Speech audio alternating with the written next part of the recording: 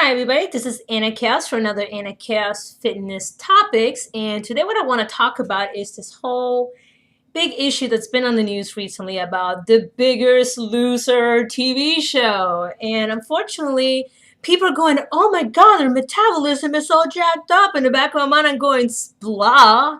What do you think was going to happen when someone's going to lose like over 100 pounds in like less than a freaking year? Come on now. You know, it's already traumatic enough to put your body through that much stress through exercise and dieting. And then on top of that, to lose that weight that fast, it's just simply not healthy for your body. You didn't think people were going to get any damage from that?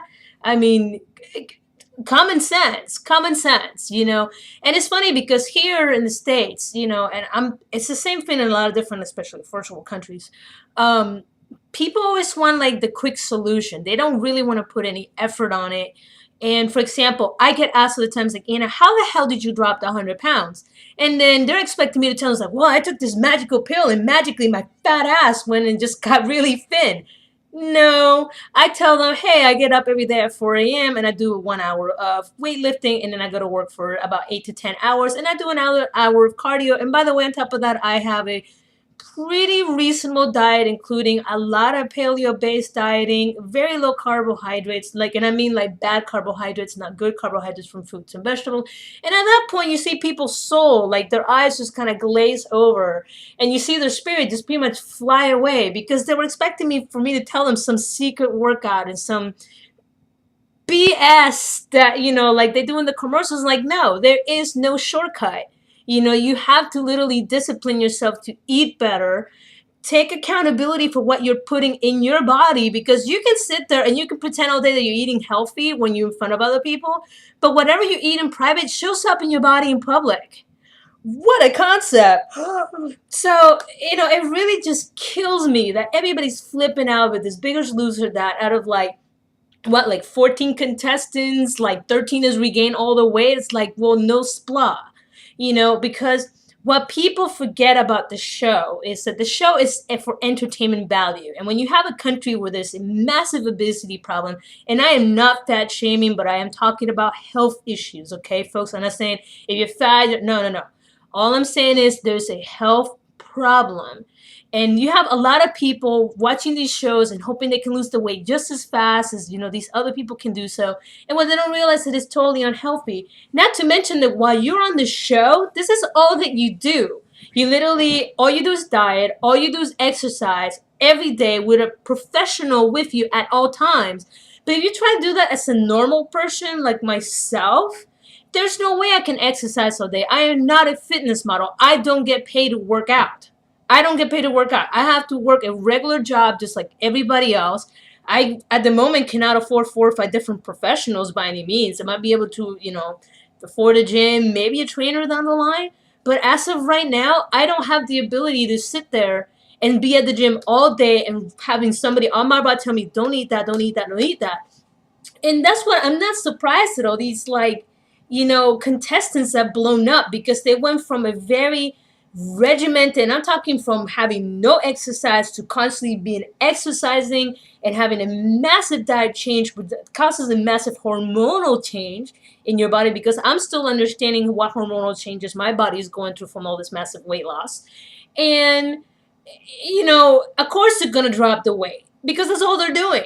If all you got to do is pay to work out, guess what? You're going to lose the weight unless you're literally like injecting like cow fat straight into your thighs or something. You're going to lose the weight. But what they didn't teach these people is how to have an exercise routine and how to have a diet routine that it is sustainable. And that's pretty much the magic pill at the end. And this is why a lot of people, they lose a lot of weight in all these fad diets, and then they go, I don't understand. I weigh double or triple of what I did. And I was like, yeah, because if all you're eating is like the soup cabbage diet or some baby formula diet, it's not sustainable. You have to learn how to balance your entire diet to something that you like, something that is healthy, and something that you can keep up with. It's not all about just like, well, I'm just going to do this diet, drop 10 pounds, and I'll be okay for the rest of my life by eating Whoppers every freaking day of my life. No, it is a life change, folks. It is a life change. It is not a game. This is your health. You get one life. One. And if you want to kill yourself with food, which is pretty much what I was doing, you know what? Good for you, but just don't sit there and complain to me. It's like, if I was thinner, I should pretty much chowing down a fucking corn dog, just because I saw people do that. I literally would go to the gym, and this drives me nuts. I literally be sitting there trying to run a treadmill, and there's these ladies next to me complaining how they're not dropping weight after they just literally said that they just went to Starbucks, so they're gonna go to Starbucks afterwards, and then talking about all the freaking junk food they just ate, and then to go drink wine at the end of the night. I was like, what is the point? Who are you fooling? You cannot cheat a bad diet. Even if you sit on the treadmill for 4 or 5 hours, if you're eating garbage and you're not gotten used to pretty much having a healthy diet, seriously? I mean, it's just, why keep the appearance? Why why? That's all I gotta say. Why? So, folks, I remember I got someone suggested to me that maybe I should try for The Biggest Loser a long time ago. And even back then, I didn't know as much then as I know now about fitness and nutrition. And I'm still learning. I am not a health professional by any means. But I looked at it and I go, that is really not healthy. Not to mention, obviously these folks must have gone through some surgical procedure as well. Because, some of these folks are dropping like over 100 pounds. And you see them at the end, and they don't look like they have any skin issues. Has anybody else caught on that? Because I know I have. I'm like, you just dropped 130 pounds and you're having to lose skin? So obviously there's more going on than just the freaking, diet and exercise and, the magical show that turns you thin. The show really it just makes me want to bang my head against the wall because it literally promotes the wrong way to approach weight loss. It has to be something you want to do for your own. It has to be something that is sustainable, and you have to be able to enjoy it. And that by enjoy doesn't mean go to the gym every freaking day. It's just be active 30 minutes a day. Go outside, walk your dog, play with your kids. Don't eat the whole cake. Eat a small portion of the cake. Just little tiny changes. Instead of gorging in soda, have some water with fruit on it. Just little changes like that. And people make it like it's such a chore because everybody wants to have their cake and eat it too. And unfortunately with nutrition, it doesn't work that way. And you're talking to someone who's done a bunch of freaking diets. I'm like, oh, I'm just going to have to light and fit and I'll be okay. And I'll have like 3 of them. It just really drives me nuts that till today, with all the information we have available on the internet, so many people are still looking for a magic, lazy ass pill or remedy or something. And this is a multi-billion-dollar business for a reason. But at the end of the day, folks, the reality is The Biggest Loser is an entertainment show. And as we're now finally starting to see almost a decade later, what harm has this done to these folks? And it doesn't mean people are like, oh my God, their metabolism is ruined forever. No. All that it is these folks have to go ahead. Someone has to sit down with them and actually show them a proper nutritional plan, a proper exercise plan, and have them stick to it. And that's up to them as individuals to stick to it. I get up every day. I'm sticking to my plan. Am I losing the last 10 pounds as fast as I want to? No, but at least I'm still maintaining and I'm still aiming towards that goal. I'm not trying to plow through it like a lot of people do. So I'm sorry, guys, I'm going on a rant. It's just something that just boils my blood just a little bit because I'm just tired of people just looking for a shortcut. And the fact is, there is no shortcut to good health. It is all about accountability. It is all about you taking responsibility for what you put in your body and you taking care of yourself. Not the doctor, not your family, you. Because at the end of the day, all these people can watch you, but if you go ahead and you sneak away into your car and you have those 2 or 3 candy bars, that's on you. That's not on anybody else. That's on you. So don't sit there and cry on your scale later on and you're not dropping the weight because you're too busy just kind of binging because, and I understand binging disorder is a disorder now. I get it. But don't do it every day. I have a small piece of chocolate every day to eat that keeps me from binging. I still have what I want. I just have it in smaller portions and it keeps me from going out of control. You just have to learn how to control yourself.